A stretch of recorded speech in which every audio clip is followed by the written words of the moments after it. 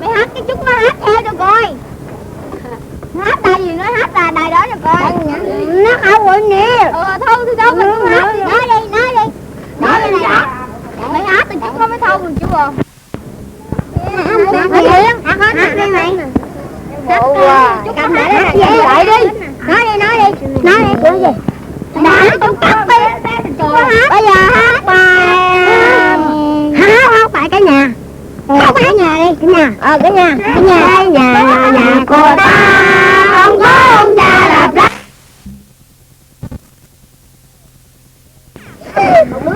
Cầm ơn chơi đó nha. Nhưng hai ba đời cao cao núi cao rừng xa xa Dũng hát lại đời cao cao núi cao rừng sao sao núi sao cùng ta đi hát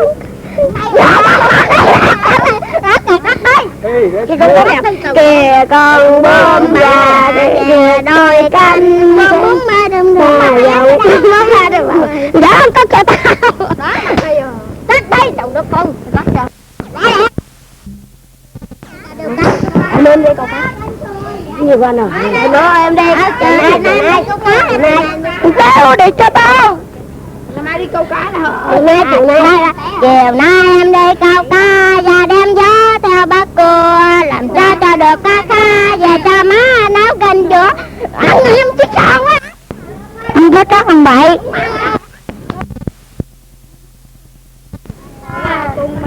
anh em ta cùng mẹ cha nhờ chuyện cũ trong tết xưa khi thế gian cùng mừng mơ số cây xưa mẹ đề ra trăm cái chân trăm đứa con xin đứa con cùng một chỗ 50 con giật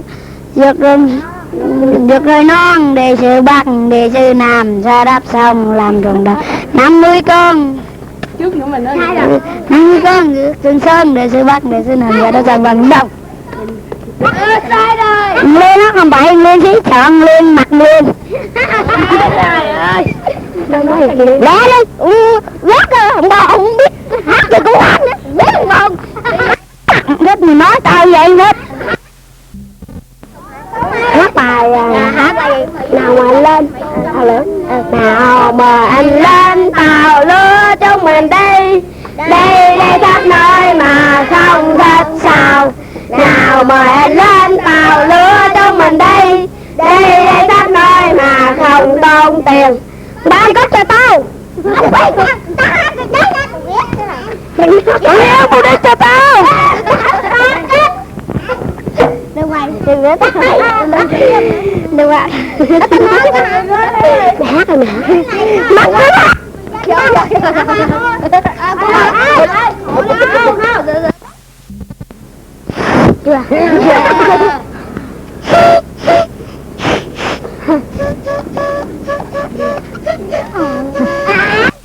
Okay, sing Jingle Bells. No Jingle Bells? No.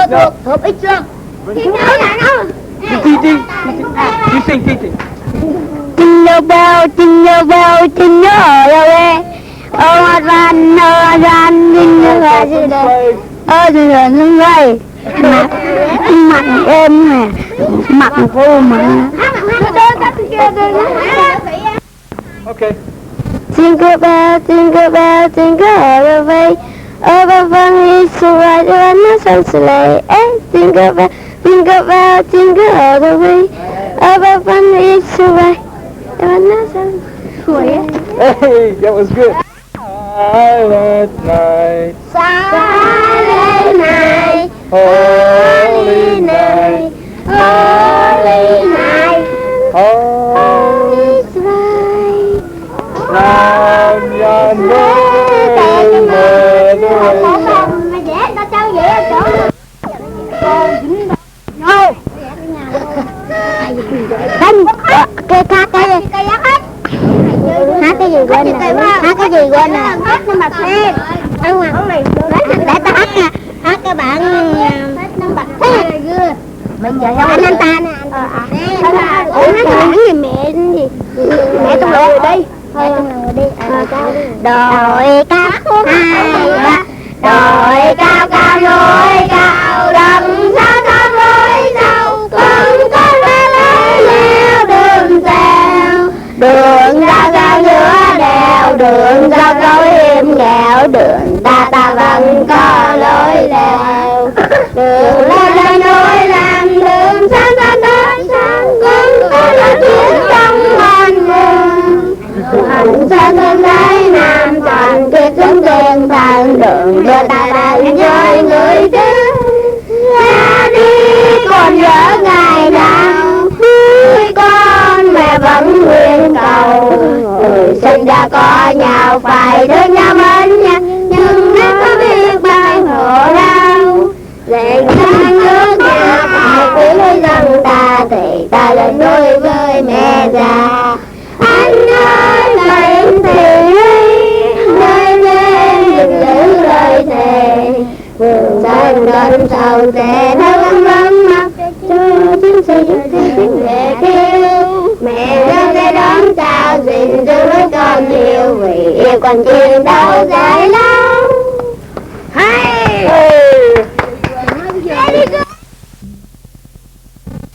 Of course, all that was taken yesterday, Sunday the 13th. Today's Monday the 14th. The reason why I said I hope it didn't drag out too far for you is because I know just sitting here listening to it, not knowing exactly what the kids are saying, it gets kind of monotonous because it sounds like to you like they're just saying the same thing over and over again. But you don't have to speak Vietnamese to know how happy those kids were. They really were a happy little bunch yesterday. I just can't get over how happy those little kids can be in spite of the predicament they're in. What really amazed me was the little balloons Becky gave me to take over there to them. I carried those in a magic marker, and I blew one up and showed them how to draw a face on it. And they really got a big bang out of that. They're drawing all kinds of funny faces and animal faces and funny things. At one time during the songs you probably heard me say something like Batman, and then they all hollered Batman and we tried to sing a little Batman song. The reason for that was one of the kids had drawn a perfect likeness of Batman on his balloon and had written underneath it in English, Batman. So I was real surprised to see it. That little boy happens to be quite an artist. And didn't pick up his name. I didn't notice him when I was there for the first time. But he drew a picture of a cowboy and an astronaut, and they looked exactly like it. What he was drawing them from was from little cards. It looked just like they're little bitty, about a half an inch long and a quarter inch wide, and they have pictures of different things. And we must have 300 or 400 of them, different things. And he was copying them from that, and he drew some pictures of apples and oranges and bananas, and he was telling me what they were in English. He's quite a smart little boy. I was real proud of it. I think when I go next week, I'm going to carry him some stuff to draw with, if I can get him to draw some stuff. See, to me, I couldn't get over how talented he was. But I can't really explain what all the kids were saying. And then I found out one thing I can tell you. At the very first of the tape, you hear a little girl hollering, "Nade, nade, nade." What she's saying is, "Sing, sing." And she's pointing the microphone around to some of her friends, and she's trying to tell them to sing songs. And of course, in a few minutes, they all get in on it. And I just can't get over how happy they were. It was real funny hearing them sing Old MacDonald Had a Farm. That was a complete surprise to me. I also found out they can sing Farmer in the Bell, or they were taught one time. That's kind of funny. And of course they sing Jingle Bells. And the week before last they were singing Silent Night real good. And I think you heard me try to lead them into it for you once, but I don't know, I forgot most of it, so it kind of flopped over with my wonderful singing ability. But we really had a good time with them. Had the harmonicas down. You hear them playing the harmonicas, and one kid was pretty good, but he was too shy to really play it. I was trying to get him to sing Jingle Bells. I think they were even going, "Jingle Bell, Jingle," with the harmonica. It was real funny. And I tried to get him to do it better, and he wouldn't do it. Thời gian có quyền gì đã mùa kia bắn đi dưới mùa đêm trăng thanh con tên đường trăng thanh người còn em bố coi nữa mình hát ca không.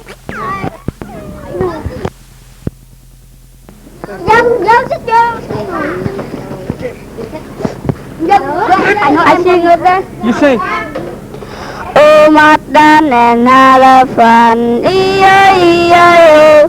And one elephant, he had a duck, E-I-E-I-O. And a what? Quack, quack. And a quack, quack, here, and a quack, quack, there. Here, quack, there, quack, every day, quack, quack. Old MacDonald had a farm. E-I-E-I-O. Cây Noel, cây thông xinh tươi, màu lam xanh biếc đẹp suốt năm. Cây xanh rực rỡ, vui trong ngày, xanh trong ngày đen, đen trong lệ thề. Đôi tiếng anh lên đường chiều hôm nay mưa nhiều lắm, mưa thấm ướt vai gầy, mưa rát buốt con tim. Mình cầm tay nhau chưa nói một câu, thôi đừng buồn lên nhé, tiếng còi đã ngân dài.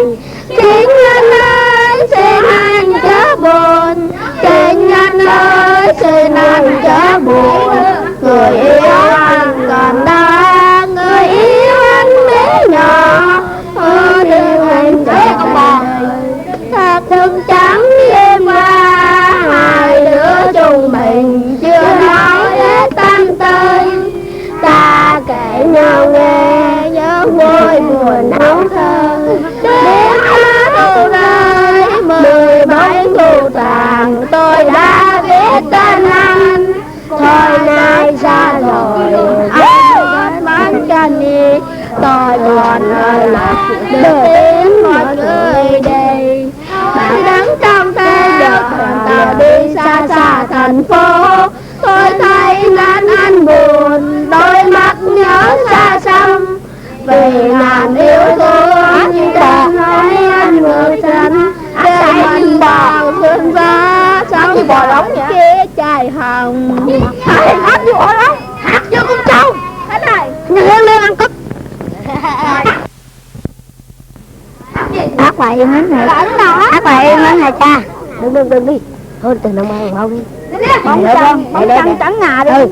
Bông trăng trắng ngà, có cây đà to, có thằng cội một môi mờ, một môi mờ. Lặng im ta nói cội nghe, trăng sáng có cây đa to, có thằng cội một môi mờ.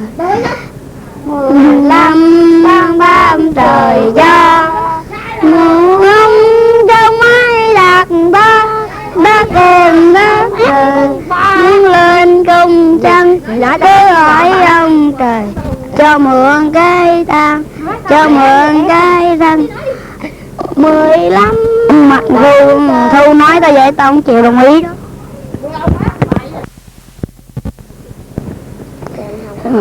Trời hồng hồng sáng trong trong, ngàn vườn đêm nắng ngoài sông. Cành mềm mềm gió ru êm, lọc màu mây bích ngọc pha màu duyên.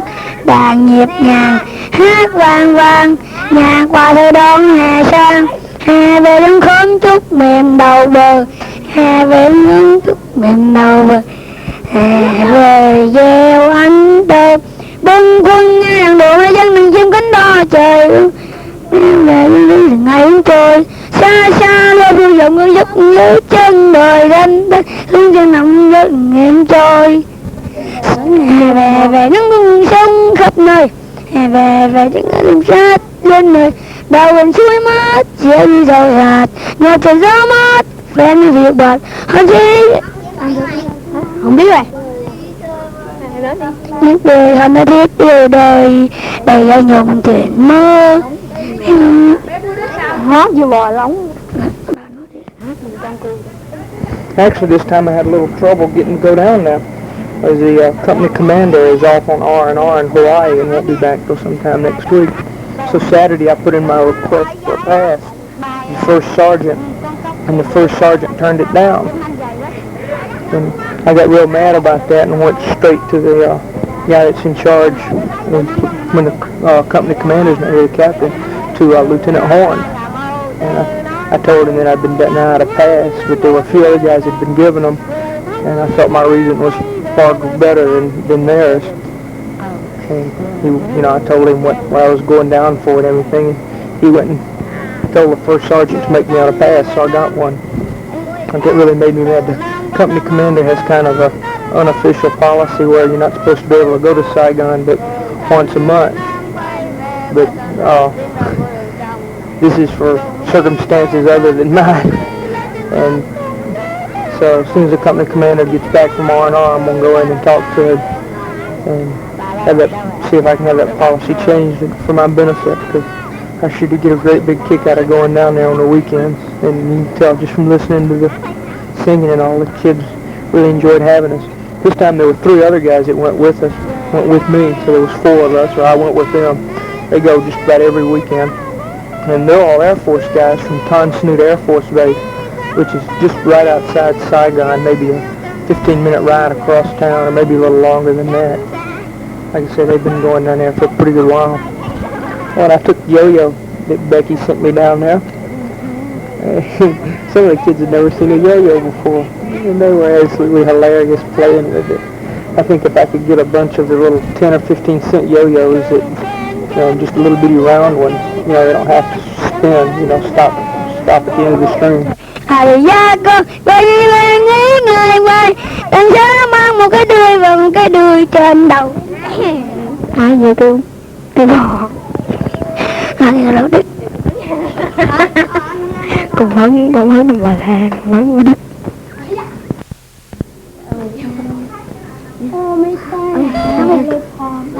Tôi ở miền xa, trời cao đắng là nhiều đông lắm hà. Nói tiếp đi qua, thiếu bóng đàn bà. Đời không giống tôi, đừng viết cho tôi, nhờ tình sống lòng. Bên vì thuyền khí nằm trên đất giặc, thèm trong mái hồng. Tiếng hát mà em, tiếng hát một mình. Người nông lính khó, biết đói cao ca, vì tiền hay tiếng tên. Xin nói gì một lần bên tôi, cho tôi yêu bằng mình hay đó không thôi. Đến với tôi, hãy đến với tôi, đừng yêu lính bằng lời. Đêm nằm miền xa, trời cao đất là, chờ quên ý là, nên viết văn chương góp tiếng hồi phương. Ngoài kia rừng đó, đất lửa điên điên, tạm đàn tay tiếng em. Ngoài kia rừng đó, đất lửa đêm đêm, tạm đàn tay tiếng em. Sao có đích? Đưa hát rồi. Sao có đích này nè? Thank you. See you next Sunday. Bye bye. See you next Sunday. See you next Sunday. Next Sunday. Hello. Bye bye. See you next Sunday. See you next Sunday. Just let us see you next Sunday, okay? Next Sunday. Okay? Okay. You give it to him, sure.